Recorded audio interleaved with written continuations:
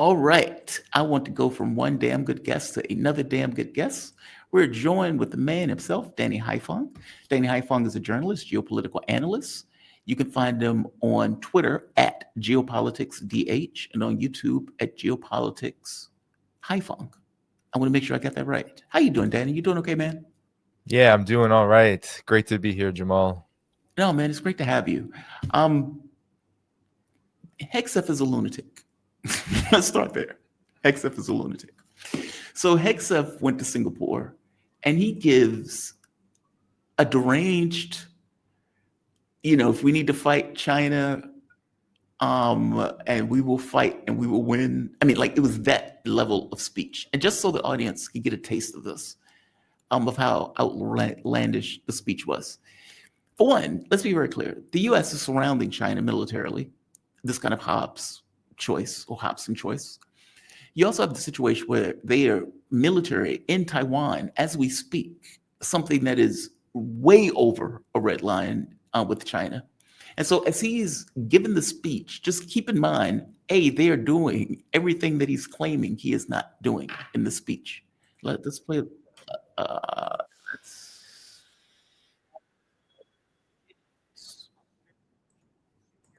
right here. All right. This is Hegseth China in to conquer Taiwan by force. there we are. Hegseth, Would result in Singapore. the United States I'm just going to stands play ready to work part of with this. any country that is willing to step up and preserve the global and regional peace that we all hold dear. Your presence here today sends a strong message about our shared purpose, our shared commitment to peace, our shared dedication to a free and open Indo-Pacific. And as our allies share the burden, we can increase our focus on the Indo-Pacific, our priority theater. You see, here in the Indo-Pacific, our futures are bound together. The prosperity and security of the American people are linked to those of your people. We share your vision of peace and stability, of prosperity and security. And we are here to stay. Any attempt by Communist China to conquer Taiwan by force would result in devastating consequences for the Indo-Pacific and the world. There's no reason to sugarcoat it. The threat China poses is real, and it could be imminent. We hope not, but it certainly could be. Part in the speech, he even goes so far as to say, if the commander-in-chief asks me or asks the Department of Defense to militarily fight a war over Taiwan, we will do it and we will win.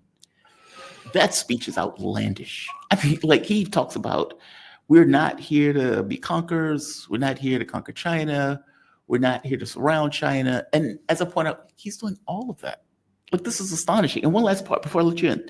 He says, we need Europe to step up to deal with Russia so we can transfer our assets over to the Pacific. Give me a take on this, just to step into it. Well, Pete Hegseth, the Secretary of Defense, he often talks about, as he did in Shangri-La, that the United States is interested in deterrence. And there is a media clip also that has gone around earlier in the Trump administration where he is literally saying that in order to obtain peace, one must prepare for war. So Pete Hegseth has outright claimed that the United States is indeed preparing for war, but on the premise that China is about to invade Taiwan. And we have to understand that China is preparing for war. China's military is growing at an astounding rate, and it is investing not as much as the United States in terms of dollar amount in its military, but it is building up a heavily fortified and highly modern military to defend itself from what the United States is actually doing. And just a few key points on what the United States is actually doing, which is provoking China to solidify and increase its defense expenditures and build this modern military. It was just reported not a month ago that the United States has almost 10 times the number of U.S. military personnel on Taiwan itself, 500 about training the so-called Taiwan military for what? Well, they're training for a war with China. Not only this, but the Bilikatan military exercises that the United States has been conducting with the Philippines explicitly name Taiwan as the reason for their existence. And during these exercises, the United States placed anti-ship missiles on islands surrounding the Philippines. So Haiphong.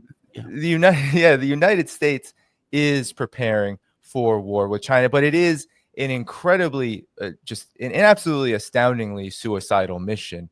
The CSIS, the Center for Strategic International Studies, has wargamed the United States' ability to fight a war over Taiwan with China, and the results are absolutely just damning.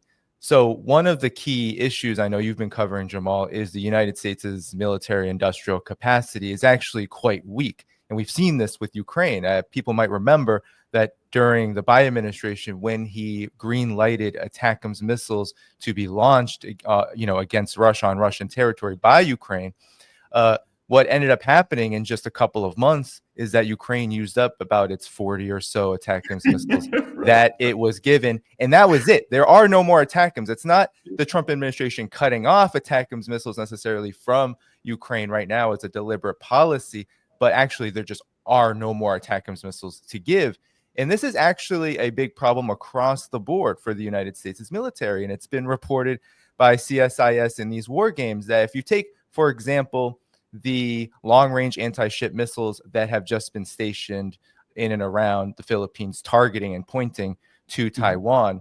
The United States only has budgeted about 88 of those in its entire military arsenal, and that the CSIS has already said that if the United States engages with a war over Taiwan against China, all of these missiles are going to be gone in a matter of 2 weeks, and it takes 2 years to produce one of these under the U.S.'s current military production system. And I know you've covered this. Also, Jamal, the reason why this is because the United States has a for-profit military-industrial complex, which is really just seeking to gobble up all of the contracts it can and produce the least that it can to sustain this overstretched and honestly outpaced empire. And the Wall Street Journal now has also come out and talked about how the United States' military industrial base has withered while China's is booming. And I just want to give one statistic here. China has built more than twice as many naval vessels as the United States since the year 2000. Now the number of naval ships is just incomparable between the US and China. So this is actually a suicidal mission. And one of the key points here to really hit home about when Pete Hegseth talks like this, they don't actually care about this reality. They don't care about winning a war. They don't care about what the results would be. CSIS says that basically everyone will lose. The entire world economy will be destroyed. The U.S. military will be completely battered and damaged. Taiwan will be utterly destroyed. But guess what? That's what the United States is already doing to Taiwan already by basically placing it into debt peonage through military arms sales with $21.5 billion worth of a backlog, which will never get settled because of the U.S.'s military production issues and because Taiwan will never be able to pay this. But Taiwan is going through its own economic problems. There are shortages in eggs. There's high inflation. And the Trump administration is trying to, through this chips war, actually offshore the one thing that Taiwan does really well, which is build advanced semiconductors. He's trying to offshore that back to the United States. So all of this is to say is that when Pete Hegseth talks like this, it is the United States preparing for a suicidal war, which is really all about containing China, weakening China, and hopefully in their fantasies, overthrow the government of China and the economy of China so that the United States has free reign over the world with absolutely no challenges and alternatives. It's not working and it's not going to work, but the Trump administration, I believe, through this speech and what we have seen over the course of this administration is it's really trying to pivot in this direction as hard as it can while maintaining the theaters of war in West Asia and Ukraine to the satisfaction, of course, of the warmongers who prefer those. So it's a really delicate situation. I think it's actually a really bad situation. And Pete Hegseth seems to be very good at exposing not only the suicidal mission, but also the absolute impotence of the United States' empire itself. Yeah, Effectively, it's the opposite of everything Pete Hegseth said. We're not trying to overthrow the Chinese government. Yes, you are. We're not trying to surround China. Yes, you are. Like, we're not trying to provoke China. Yes, you are. Like, all of these things, right, are the opposite. Taiwan has to see Ukraine. And I know Taiwan is different because, under the one China policy, Taiwan is China. So it's an internal matter, which, again, even makes it that much more astonishing from the Chinese perspective, right? We're not trying to rip away Hawaii from the United States. Why are you dealing with an internal matter? But the notion that the US is acting as if we're willing to fight a war over Taiwan, Taiwan has to see what's happening with Ukraine right now. What is going on with their government? Is their government really that suicidal? Well, as it is currently constituted, yes, under Lai Ching-te, the DPP administration Wow. of the so-called governing authority is in fact extremely radical in terms of its separatism. This has been a big issue for China, the mainland, the People's Republic of China, in dealing with Taiwan, that there is absolutely very little room under the DPP to actually come to any kind of rational understanding and cooperation about how to settle this dispute, which it is a real dispute. People have to remember that it's actually not separatism that is at question here, despite what the DPP and Lai Ching-te and these kind of forces claim. The original dispute over Taiwan is actually about what is the rightful government of Taiwan. Right. And the Republic of China government under Chiang Kai-shek. I was just in Chongqing and visited the last prison that was martyring and just absolutely torturing the victorious communists, and they were taken out just a month later, in Chongqing. That was their last stronghold. Chiang Kai-shek had to flee to Formosa, as it was called back then, but now Taiwan, because they lost. And the argument is that the Republic of China government, this nationalist government, is indeed the government of all of China. Right. But separatism is the poison pill that has been stoked and fostered, of course, with U.S. support and aid, and of course military support, just direct military support, which is essentially using this party as a proxy, similar to Ukraine, but even more dangerous in the sense that there's absolutely no way any kind of Taiwan military can be built up. It's a complete fantasy. The CSIS says the so-called navy that Taiwan has would be wiped out in a matter of 96 hours. So forget any kind of protracted Ukraine conflict when it comes to a conflict over Taiwan. This is really all about the United States trying to be the puppet master on this island that is a legitimate part of China. And it's not going to go well. The KMT, the old nationalists, actually, the party of Chiang Kai-shek, they are actually in favor of one China and settling this dispute in a way that can work for the respective parties, which more so would look like what it is now. Actually, in reality, it's a one country, two systems model, similar to Hong Kong with its own intricacies. But the DPP has absolutely no interest in doing this, which makes it so, just absolutely so beholden to U.S. interests. And it really is a losing and suicidal mission that will eventually, if all things go as they are now, lead to just total disaster for the island of Taiwan, should the U.S. get its way. This is terrifying to me because this is, from my point of view, the U.S. has a tendency to poke and salami slice. And I know China likes to do these win-win relationships. I know they want to make agreements around the world, agreements in the region. The last thing they want to do is fight a war. But the U.S., in the same way that they don't care about Ukrainians, where they would feed Ukrainians to the wood chipper of the Russian military, they would do the exact same thing with Taiwan. They try to bog China down into a war or score some kind of propaganda victory of, oh my God, look at what China did. They've attacked Taiwan. We said the attack was imminent, and look at what's taking place. And of course, Europe is going to fall in line with this. I don't know if the rest of the world is going to fall in line with this, but it's an open wound. It's a sore. It's one of those pressure points that they know that they can get a reaction out of China if they just keep poking and poking. Sending military into Taiwan is an astonishing radical escalation. putting those Typhoon missiles in the Philippines. Again, a radical escalation. All of these things are escalations. How far do you think they're going to push with this? And do you really think they're going to push to the point of an actual war? At some point, China will have to respond. Well, the United States will. I am very convinced that the United States will push for this. And it's because the United States cannot tolerate China's system. They can't. The United States is ruling elite. They view China's planned economy, its market socialist economy, whatever people want to call it. China has a variety of names, socialism with Chinese characteristics. Yeah. Regardless of the name, this is a system that the United States' ruling elite desperately wants to see out of the picture.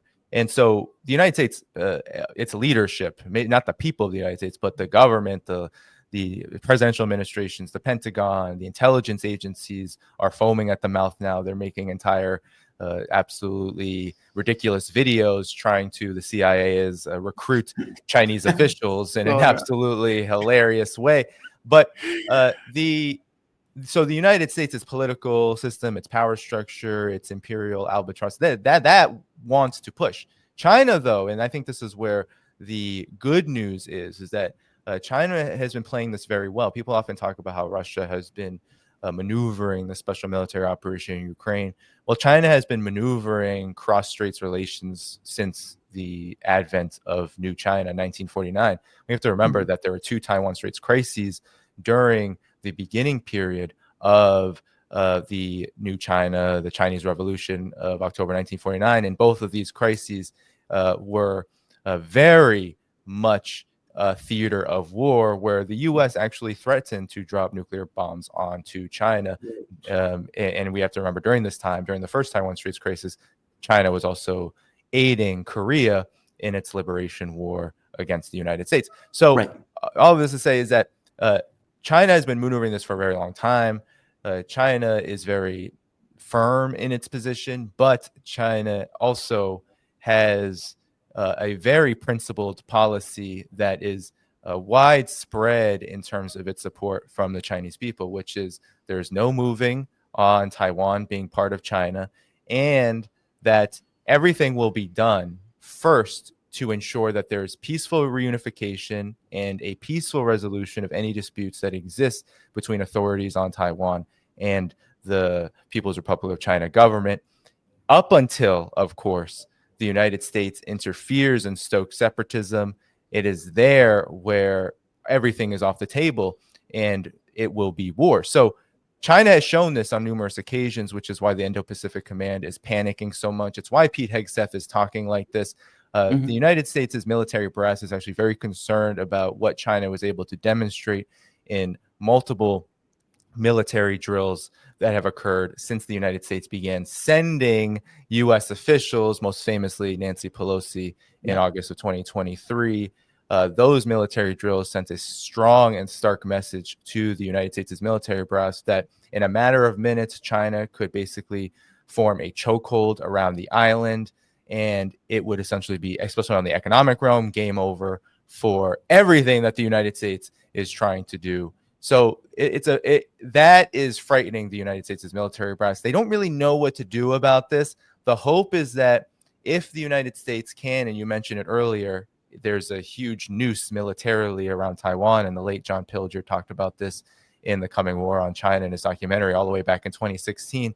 If the United States can organize, and you heard Pete Hegseth say it, if all of these allies can do what Pete Hegseth wants Europe to do for Ukraine, if all of the countries in Asia surrounding China can bankrupt themselves and invest to fortify their militaries with U.S. weapons, U.S. Logistic support, and whatever else is needed to fight a war with China, then that will give the U.S. the advantage it needs. It will give the United States the ability to, once a war actually does happen, it won't have to bear the brunt of the cost. Unfortunately, this is, of course, or fortunately enough, we should say, this is child's play. It's a ridiculous notion.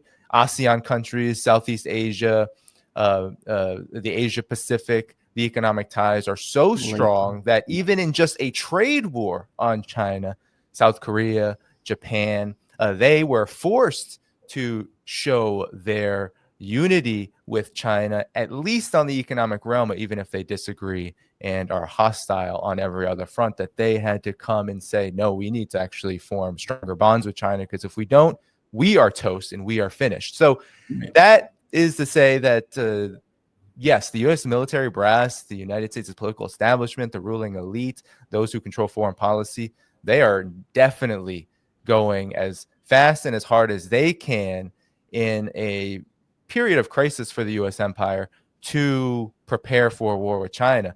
Whether it can be fought or not is another question. It looks like all of the reality and all of the facts says no, but they don't care about this. And this is why the nuclear question then Right there. becomes an absolutely That's exactly what I was gonna imperative hit to on. talk Yeah. about, because that's really where this would go. The war games, all of this are probably not even relevant here, given that unlike Russia, which they were able to, the United States was able to use a so-called sovereign country. Of course, I'm just talking about Damn, that sounds like UN 2014. Yeah. recognition, right? UN recognition, but we know Ukraine is a proxy and puppet of the United States. But in terms of just internationally, international law, the UN Charter, yes, after the fall of the Soviet Union, Ukraine became a sovereign, quote unquote, country. So the United States had far more leverage, far more capacity to do what it did with Ukraine than it does with China. Right. But that doesn't mean that we are not seeing the formulation of a tripwire that could lead to nuclear conflict between the United States and China. And this is why China is so careful and so thoughtful, I think, in its responses to all this warmongering, because as it prepares to defend itself, it knows that the United States' options are actually very limited here. And thus, we are left to the whims of the very irrational, very aggressive, and historically unhinged arbiters and rulers over the empire. They don't tend to take defeat or limited options very likely when they want what they want. It would have to be nukes. I mean, and the reason why I say that is two things. Tripwire is a great way to put it.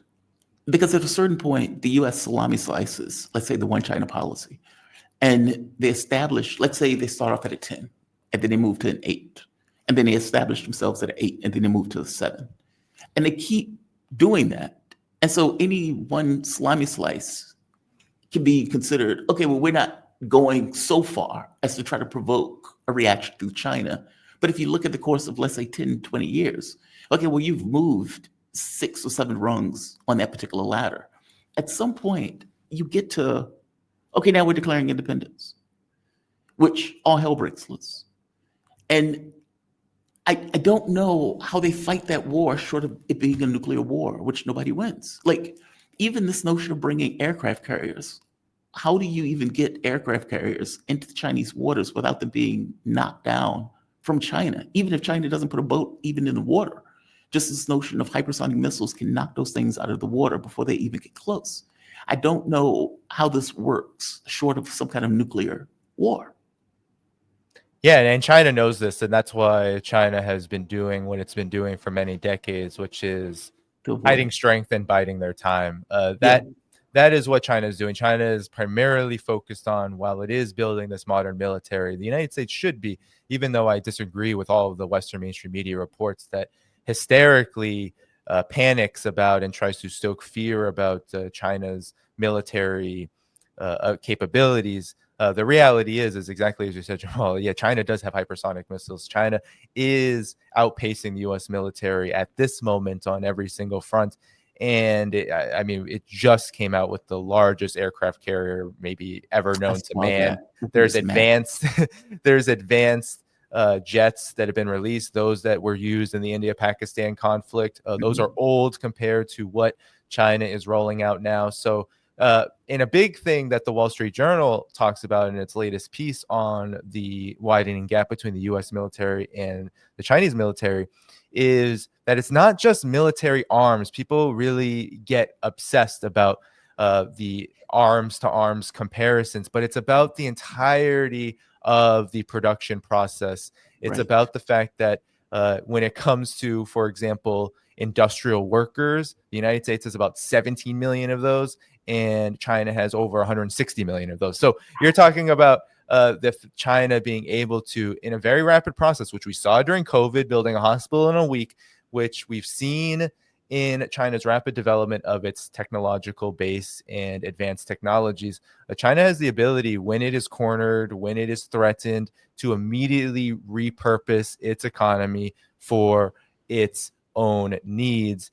And that's why the trade war has failed, because China can find other partners in a very rapid time to buy its goods. That's why the tech war has failed, because China can easily rely on itself if it needs to. Now, of course, there might be some initial problems, but here we've already seen China advance in chip production to such a massive degree in such a short time that now Huawei is building smart cars and 5G cars that can drive themselves. And that's because all of these measures ultimately backfire. The military threats and aggression and attempts to contain China are backfiring as well.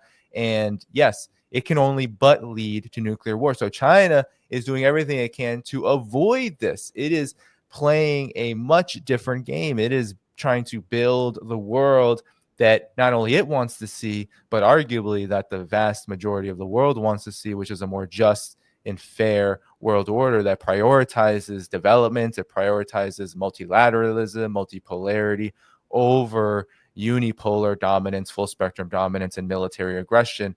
This is why China is such a big part of BRICS, the Shanghai Cooperation Organization. This is why the Belt and Road Initiative is signed on by over 150 plus countries with $1 trillion plus of infrastructure development. This is why Africa, Asia, and Latin America see China not only as their number one trade partner, but really their economic lifeline when the United States is going around the world sanctioning and tariffing anyone that it sees as getting in the way of its own dominance. We are seeing a world that is rapidly changing, and it's actually going in China's favor. So China doesn't have to respond dramatically just yet. But indeed, if the United States tries to violate China's sovereignty to a degree that threatens the interests of the Chinese people and the future of China's economy and its system, then China will respond in kind, and it will be devastating, and it could very well lead to exactly what you are afraid of, Jamal, and what a lot of people, I think, are becoming more increasingly afraid of here and around the world, which is nuclear war. Nuclear war. One more topic, kind of on this, that's tangential to this. So recently, Donald Trump came out and said, China broke the deal. We destroyed their economy. All of these people were laid off. And then we removed the sanctions. And then China's economy came back. Okay, now he's lying, right? All of this stuff is nonsense. But one of the things he said is China broke the deal. People are like, what are you talking about? What deal is he talking about? So Donald Trump decided to make, which is astonishing when you think about it, to say, well, look, we don't like your AI chips. And so we're going to make those illegal for anybody to use, including you using them, which is nonsense. Like, nobody is going to, like, the idea that a country is going to say, well, the US doesn't want me to use this, so I'm not going to use it. Okay, those vassals in Europe may. I don't even know if they're that incompetent, where they're willing to do that or that low in their own regard. But he is going with this silly notion that is not true, by the way. This wasn't something that they negotiated. This is something he just came up with. That because China is making these advanced AI chips or technology, that this is supposedly illegal because he says it's illegal, and that other countries, including China itself, using them is somehow off the wall. It is nonsense. But I guess my thing is, that's the other angle to this. Do you think, you mentioned earlier that this notion of the capitalistic economy versus this kind of socialist economy and what they're oriented towards. So the US spends like $1 trillion a year on the military. And I always say, well, there's no way to know the return on investment. Like, there's no way to know the bang for the buck for that money, because all of these enterprises that are building things are building these high cost weapons that aren't really tested in a real war, and that you can't really make in numbers sufficient for an actual war. Whereas Russia, of course, they spend like $80 billion a year, but they're outproducing the West threefold, all of the West combined, with China's infrastructure, you can imagine the level of production that they can, if they need to produce, not to mention they have factories, they have industries, they have all of these things. Is that the difference between a capitalistic system versus a socialistic system with quote unquote Chinese characteristics? And I'm asking this not just in the microcosm of economy. If you look at high-speed rail in China, if you look at them building rocket ships that are effectively landing kind of like Elon Musk's rocket ships, if you look at the car industry, you're looking at the bridges, the roads, the high technology country, whereas our country is effectively degrading. You can see it degrade, not just the military, but also in this, like the way in which it eats itself. I mean, our bridges are crumbling. Our roads are trash. We don't have high-speed rail. In fact, trying to get a train from Richmond, Virginia to Chicago is a pain in the ass. I don't even know if they have those going to that route. And from the standpoint of this notion of investing in the country, we just don't do it. We are going after social Medicaid right now. The richest man on the planet was destroying and firing workers, Social Security, Medicare, Medicaid. We're taking nearly $1 trillion out of Medicare in order to put $20 trillion on the debt. Like this stuff just seems like we've gotten to the point where we're so, what's the word I'm looking for?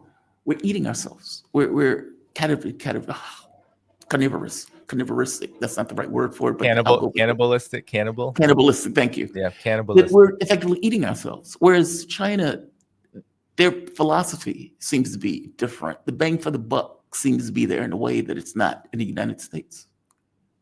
Yeah, well, I'll maybe make this very simple, hopefully for those who might be new to the differences in China's economy versus the United States. So if we look at the most important element of an economy right now at this stage of development, it is the role of finance. So in the United States, finance is entirely monopolized and completely in the hands of private interests. In the United States, there's about 5 major banks that essentially control the entire economy in many ways, because one of the big issues for the United States is that it can't actually invest right now because those financial institutions, when they are lending, when they are doing business with major corporations and monopolies, they're doing it in the interest of a return on their investment, a return for their shareholders.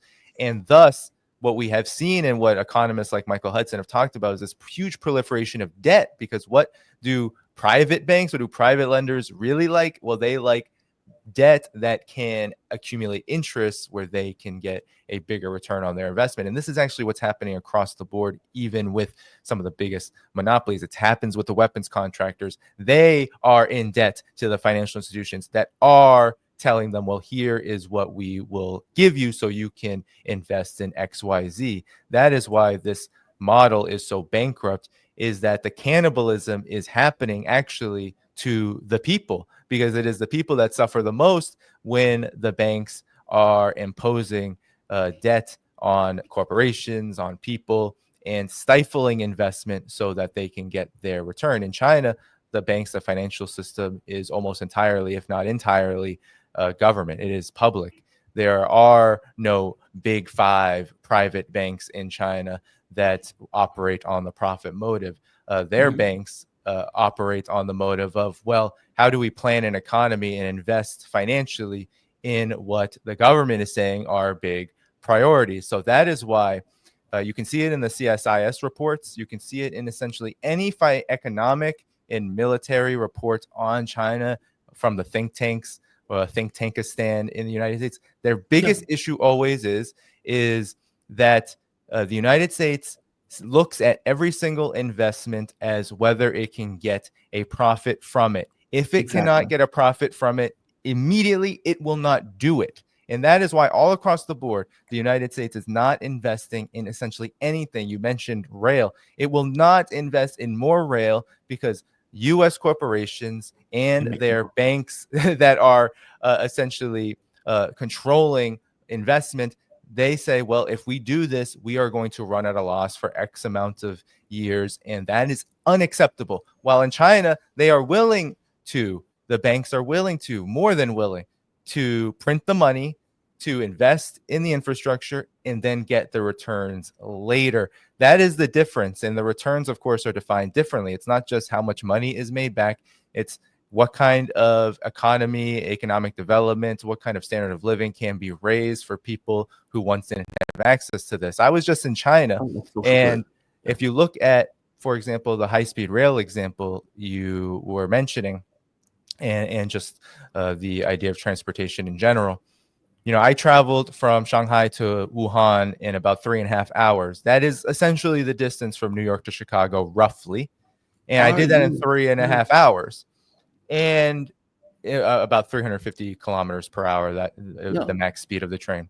In the United States, if you were to get a similar train, if you can get it, you're going to spend 19 plus hours on the train. You're going to probably make dozens upon dozens of stops. It's actually it's not a solution. You're going to fly. So, right. And you're going to pay probably, let's see, the tickets for economy class on high-speed rail in China for this particular train, and most of them are about the same depending on region, but about $50 US. But if you are to get a train that far, you're probably going to pay 3-4 times as much as that for a far slower process, actually an unmanageable one. So this is the difference, is that China has invested in infrastructure because they have kept the commanding heights of the economy, those that are most critical for development and for the ability to plan and organize an economy in the interest of wherever you want to go with it. Well, you need the energy, you need the banks, you need the telecommunications, you need these areas to be publicly controlled so that the market cannot simply just determine what the market wants, because what we all know what the market wants. The market wants as much profits as possible, as many profits as possible in as quick amounts of time, and that always leads to, of course, imbalances, inequality,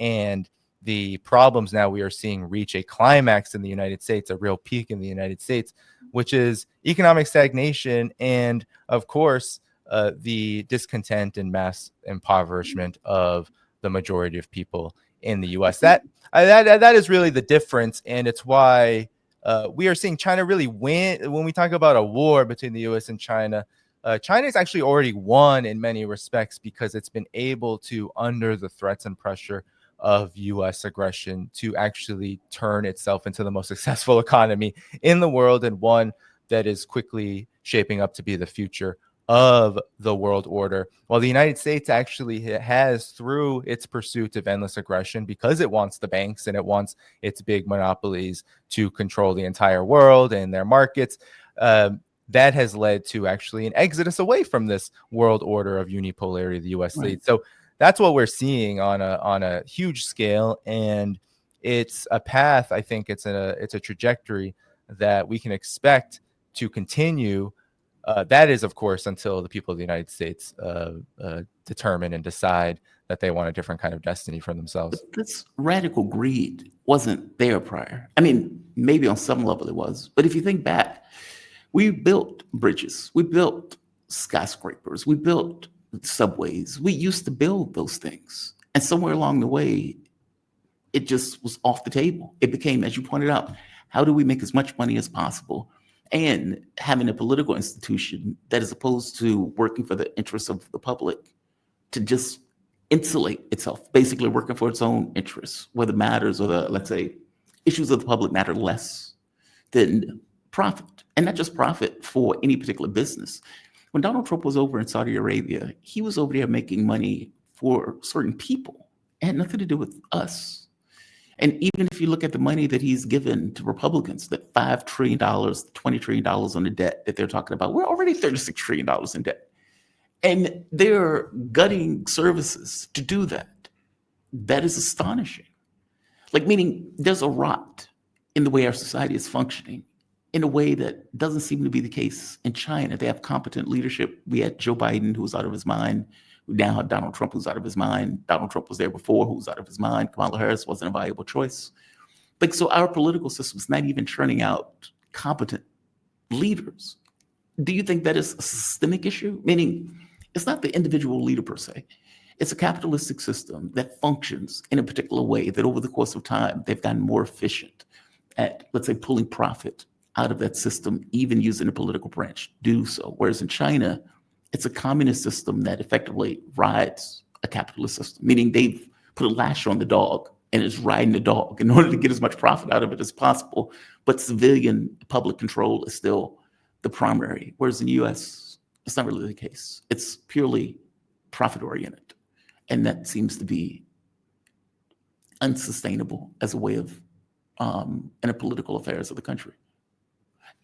The United States, of course, since its inception, has always had capital in command. That should be of no surprise to anyone. But of course, for the imperatives, for the imperatives of development, the imperatives of course, social peace, so-called, or social stability, there have been times where capital being in command had to make concessions in order to keep the system relatively stable. For example, we saw this during the so-called Cold War, in and around World War II, where the United States had to massively invest in its industrial base to build it a military-industrial complex, to then also, of course, spread some of those fruits of development to the workers so that they didn't look over at the Soviet Union, for example, and say, hey, I want that. That was a big reason for this so-called golden age that Donald Trump talks about. He doesn't actually reference, well, what was the actual golden age? And let's be honest, the era of William McKinley and the so-called robber barons and all of this, that really wasn't a golden age. I mean, that was the antebellum Jim Crow period. We're not really talking. Of course, it was the advent, in and around that period, the advent of U.S. industry and becoming and leading into the U.S. becoming the industrial powerhouse and the powerhouse of capital and capitalism. So but I think it was the Soviet Union. That's what it sounds like you're saying. Well, I think it was in order during World War II, of course, when the real golden age for the United States that meant that generations who are still alive today can remember, it was started because the United States, of course, made the Victory Day celebrations happen on May 11th, and a lot of people are very keen on celebrating. And I think, yes, it's great that many more people understand the sacrifices of the Soviet Union during that time, but it also has to be understood that the United States did everything it could to stay out of that war so that it could get out of its own protracted economic crisis that was threatening to sink U.S. capitalism as a whole. You have to remember, this was a long economic crisis. This was one that absolutely had no solution because the robber barons, the bankers, the lieutenants of capital, they didn't want to invest in anything. It just so happened that this war pushed the government to say, okay, well, how about you invest in this? How about we invest in this huge military industrial arsenal that can then have a trickle effect for the rest of the economy, and it can also hopefully then satisfy all of these striking workers, which are not going to stop and may eventually want to see a whole different system if we keep bludgeoning them and destroying them and trying to break their attempts to collectively bargain. So that was really where the golden age of the United States came about. It was because there was this two-pronged crisis of a recession, a depression, and the resistance to it, plus a war. That's really where massive changes for the better have actually occurred under the United States, is when there are these multi-front crises which force capital to do something. But in China, that's not what's happening. There has actually been no recession in China. But China, of course, has its own problems. Opening up and reform, uneven development has been an issue. You know, people talk about unemployment, real estate prices. Yeah, these things are problems that have been partly problems of the market, but of course, just general imbalances with a still developing country and developing economy. However, it does not experience the shockwaves that capitalist economies do. You can't name a period, not even 2008. It was China that saved the United States in 2008 during that economic crisis. You can't name a period since 1949 where an economic crisis of the kind of the Great Depression inflicted upon China. Of course, you can name maybe other crises, right? The Great Leap Forward and Cultural Revolution were different crises for China that might have had temporary negative impacts on the economy as a whole. But overall, China, because it has a planned economy, because its government is in command of the market and in command of development, that means it has a serious advantage of maneuvering crises for the interests of China and to the benefit of the people, which is why it enjoys such widespread trust and support from the people of 90%. China, because they can expect that their lives will get better over the course of time. While the opposite is true here, and I just want to make one more point about that, is that when you talk about this period of, a lot of people say neoliberalism, we have to understand that neoliberalism in this period of shockwave privatization and essentially total warfare of capital against labor and really the world, it has come about in a period where there's been a realization, right? There's a tendency to concentrate when capital is in command. There's a tendency Right. to monopolize. There's a tendency to then seek out profit maximization at all costs. And these factors together have led, yes, to a period where as I said before, investment is seen as a cost, but with profit maximization really being unfettered at this moment, that means that capital itself is, as you said, looking to gobble up everything, to cannibalize everything except for itself. However, the tendency of capital is actually to monopolize, so that happens anyway. So that's the situation that you get, is you have increasing concentration of wealth and capital on the one hand, and then of course all of the problems of that exploding on the other in the United States, and really the world situation. And that's why these wars are looking more desperate. That's why there isn't, people talk about, well, what's the strategy here? Well, it's not a strategy. It's about maintaining and expanding full spectrum dominance so that this system that is lagging and decaying, it will can be maintained for in perpetuity. That is what the end of history narrative was about with Francis Fukuyama. Sure. It was about this is it, and everything that is there's nothing left other than American-led capitalism, and everything and anything will be done to ensure that remains the reality, despite the fact that the entirety of the world, really the world that I think matters the most in terms of where the future of humanity is going, is saying something quite different right now. Right. We're seeing that not just with China, not just with Russia, not just with the most vocal and active parts of the multipolar world, but we're seeing it across the global majority in more quieter ways that speak to the U.S.'s own sense of isolation, and really the isolation of an economic system that really can only rely on the most crass and most inhumane, i.e., look at Gaza, the most inhumane forms of suppression and social control in order to keep it going, and that's what we're going to continue to see. So I hope that we're all paying attention and can all act accordingly as we enter this period of that goes into the whole difficult planter period. thing, right? Like this notion of tracking people, and it's like, well, China does it, yeah, but I get the sense it's going to be worse with some of these